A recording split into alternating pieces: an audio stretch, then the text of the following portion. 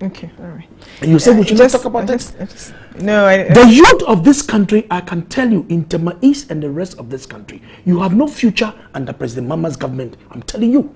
There's a need for you to vote it out and let the competent and more experienced hand, like Adodanko Kufado, to come and take this country to the next generation. We have no future. I'm telling you, we have no future under President Mama. Thank you very much. Thank you very much. Yes, I mean on the same scale. I mean, he started. Of course, you know, I have to also raise one or two issues about his rendition of the situations of ameliorating challenges. First of all, you know, let me begin from his last comment. The youth of this country has no future. I mean, truly, you think that they will have a future under Nana Akufo-Addo? Of course. If they don't have a future under somebody who is much closer to them in age. Please. So let's be realistic about this. That's funny. Let's be realistic about it. If there is any president that the youth knows they can trust and that they have a future and that he is taking hard decisions to open up opportunities for them, it is President John Dramani Mahama. It is there for everyone to see. I made the point earlier that you see, you can't have your cake and eat it. And it is very obvious that the MPP has no message. They are throwing everything that they can to try and catch the eye and attention of the good people of Ghana. The good news is that the good people of Ghana know them. They know their record. They can compare in the areas of commitment to national development. I mean, which sector do you want me to start with? I'm not even going to open the green book. Look at education. This government single-handedly has commissioned the largest expansion in the educational sector in the history of this country. Not only have we added new universities that they doubted, even caricatured cobras and other wild animals at the site of UMass. Today, go and see the fine edifice which has admitted its first batch of students. Look at the university in the Brong-Ahafo region coming up. Look at the fact that we have worked so hard and are almost about converting our polytechnics to technical universities. Look at the investment in basic education. Look at what we are doing with the free senior day high school projects. Go to Kanjaga in my constituency. It has reached lintel level at various stages of completion across the country. Do you want me to even talk about road infrastructure? If for nothing at all, the Fufusi Solar Road is there for everyone to see. We can all see here in Accra what is going on at Circle. Go to Kumasi and see what is going on there. In almost every part of the country. Go to the cocoa growing areas and see what is going on. As I speak to you today, a road that has never seen a piece of asphalt from Chuchuluga all the way to USC, my constituency, from Sandema through Doninga, my village, to Santija, has been awarded and it will be asphalted. Go to the Eastern Corridor Road. The president was there not long ago on a working visit. Do you want me to talk about the port expansion as well? Okay. Do you want me to talk about the investment in healthcare? The Legon Teaching Hospital, the Upper West Regional Hospital, the fact that even in Dodowa, probably this week or early next, the president is going to commission one of several district hospitals. So when they talk about what we have taken a lot of money, of course, that is what you do as a government. You use the resources in a way that would improve the lives of the people. How do you expect us to improve the lives of the people if we don't build the roads, build the schools, expand the ports, build the hospitals? I mean, how do you measure the quality of the lives of the people if you cannot provide these amenities and services?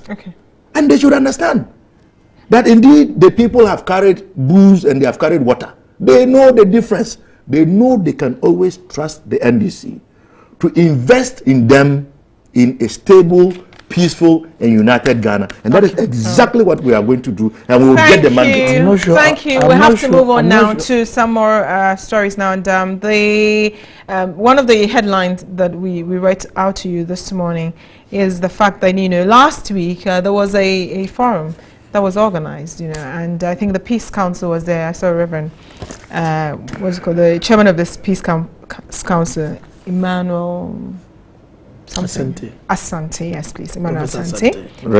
Reverend Professor Emmanuel Asante was there, and the CPP gentleman climbs the stage and says that, look, we cannot pledge for peace. And he was there. I mean, others came and obviously committed to maintaining the peace, given how heightened, especially we inch closer to the campaigning and the election, tempers are flaring. First, let me get your initial reaction to CPP saying that, look, they will not play for peace because the EC must resolve certain things. I'm sure one of them is with the voters register, the controversy surrounding it, and the many other steps they've taken. Let me pick your initial reaction that they use that platform to say that we will not play for peace, and the implications of that. I cannot speak for the CPP, but maybe we want more opinion on what the CPP gentleman shared on that platform. Fair enough, I can that's what maybe make some commentary, because sincerely the authenticity or the genuineness of these elections would start from the register. You understand? So where you are going to an elections and stakeholders, majority of them are saying that we have difficulty in the register, it calls for major concern for all of us to sit down, to go into this register to find out what indeed is the problem. We all thought that we could have done a new register, but for some genuine reasons, the EC said they could not do it. Therefore, they came out with eminent Ghanaians that they picked to come and listen to, particularly outside, because we started the debate, And of all that was said, these eminent Ghanaians came out with certain recommendations that need to be done in the cleaning of the register and all that. So the question that they're asking is, why all these things not being taken care of? And I personally, the last time the EC came to Parliament, before we rose for the Easter holidays, they made a special budget. And I quizzed Charlotte. She's a younger sister. I quizzed her. I said, look, what is all these things that we are saying? He said, oh, you people, you need to take your time and blah, blah, blah and stuff. And they want to use the exhibition. That is what she said. You use the exhibition to come, everybody should come out. And it's not everybody who can come out with the exhibition to come and see whether his or her name is on the register and all that. So I think that she must let people have confidence in her institution, because if you don't do that, it has a recipe to have problems for all of us. So I think that there's a need for her and her team to let Ghanaians have full confidence and assurance that, look, we are doing everything under the circumstance to make sure that this register is very credible, that people can buy into it. So at the end of the day, whoever is emerged as the winner, we all clap for the person, then here will run our country. But the question, again, as to the need for foreigners who have their names on a register. As I sit here, I reported to Togolese, my former school I attended, my alma mater primary school, Chudase Primary School, a normal menial job, masonry, in Chudase Primary School in Saitel. The contractor who was given this job hired Togolese, to come and do this mason work. So I went to the police and make a complaint. They came and picked them up. Yes, out of the 6, about 3-4 of them were Togolese. And the contractor admitted that he has been working with these people for so many years. It's on record that we have all these foreigners who have their names on the register. And the intel that we pick, because my constituency are 1 by 3. And these guys, I can tell you, you people. you so interesting. It took So me 45 number 3 days. is your favorite number then. But I'll still win. I'll beat him. You understand? So you need to be very careful when you hear these foreigners hovering in your constituency, and they'll find their way and get their names on the register. So there's a need for us to be very careful how foreigners can come and determine who our leaders should be in this country for us.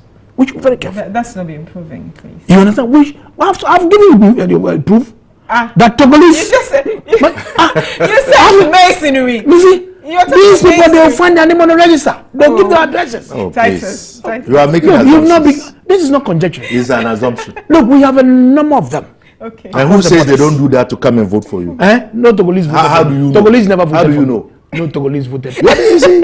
No Togolese Burkina. They look, you bring them to come and vote for you. Oh, That is you what will you have do. your opportunity, please. Thank you. You You will see? have your opportunity. So there's a need for us to, you see, the more you allow foreigners into our country to determine our fate, it's a cost to us. And a typical example is the health service delivery we have. When foreigners come into our country and they use our national health insurance, when you are sick and you wanted to be taken care of by the state, you have these foreigners who have earlier on taken the lead.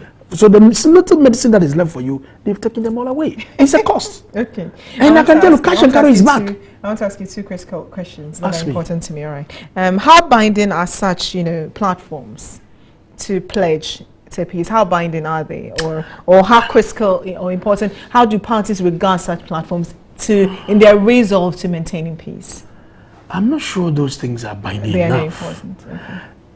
In fact, when you come to Tema East, there's no serious tension there. Okay. Because my competitor, one is my senior brother. We have lived in the community for well over 50 years. He's a little older than me, about 3 years. I'm just nearing my 50 years. We have lived so well. Yeah.